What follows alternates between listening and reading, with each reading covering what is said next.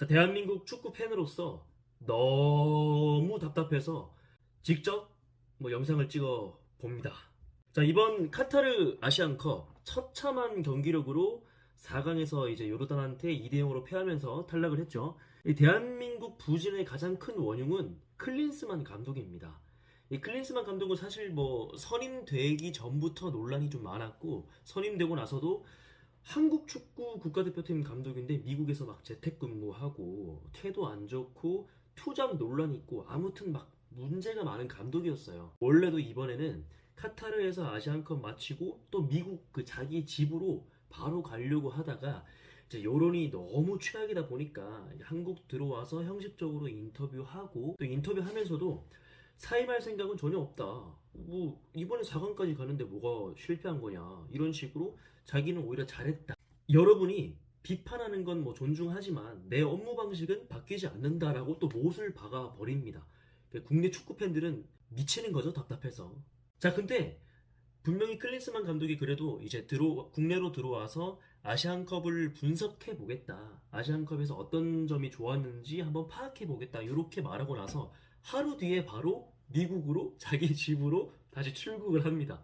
자, 한국 축구 팬들 수준이 예전이랑 달라요. 많이 높아졌기 때문에 클린스만이 잘못했다. 클린스만을 잘라야 한다. 경질해야 된다는 건 당연한 거고, 추가적으로 원래 이제 시스템이란 게 있고 절차가 있는데 이런 거 갑자기 다 무시하고 독단적으로 클린스만을 데려온 대한민국 축구협회 회장 정몽규 회장까지 같이 이번에 퇴임시켜야 된다, 잘라야 된다, 이런 여론이 막 폭발하기 시작했죠. 자, 근데 어제부터 뭔가 갑자기 분위기가 달라집니다.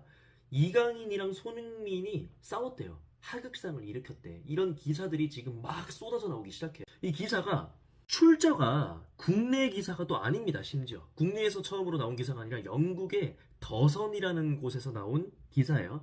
근데 이 영국 더선이 주로 스캔들이라던가 가십거리, 선정적인 거 이런 이슈들을 주로 이제 일면에 다루는 대중지예요. 여기서 대표팀 불화설이 이제 나왔는데 대한민국 축구협회가 이례적으로 영국에서 나온 기사를 굳이 가져와서 공식적으로 우리 선수들 맞아요, 싸웠습니다, 이렇게 인정을 해버립니다.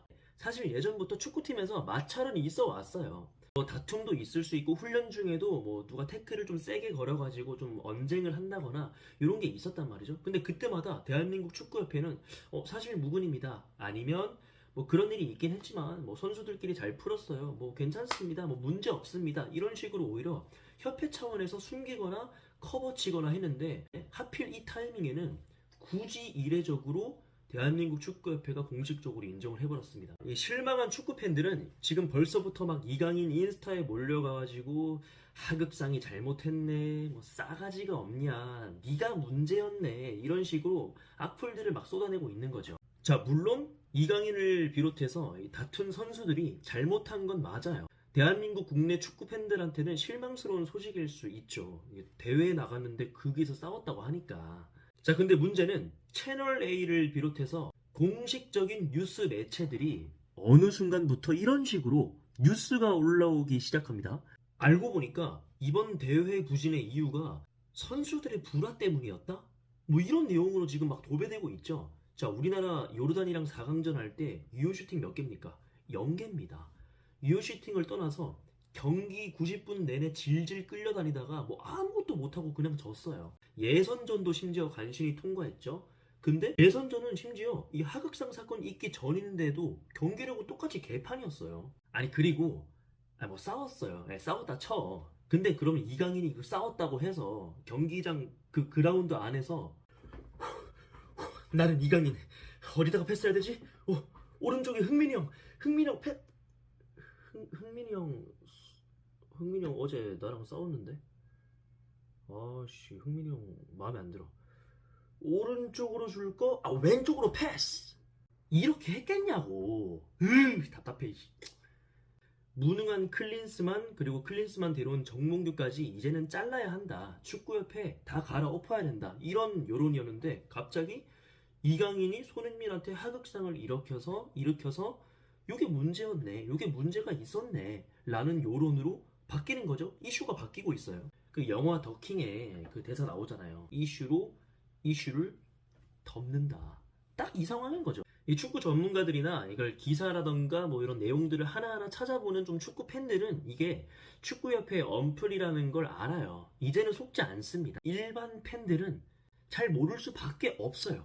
손흥민, 이강인 같이 물고 늘어지기 좋은 대형 스타 플레이어들이 어디 있습니까? 이해가 안 되는 거는 이 정도 하극상이면 사실 대회가 끝나자마자 언급이 됐을 거예요. 근데 여태까지 조용하다가 클린스만이랑 정몽규 회장 잘라야 한다라는 여론이 생각보다 안 내려가니까 갑자기 이런 기사들이 막 쏟아져 나오기 시작합니다. 자, 결론. 손흥민, 이강인, 뭐 하극상, 대표팀 선수들이 다툰 거는 명백하게 잘못이 맞습니다.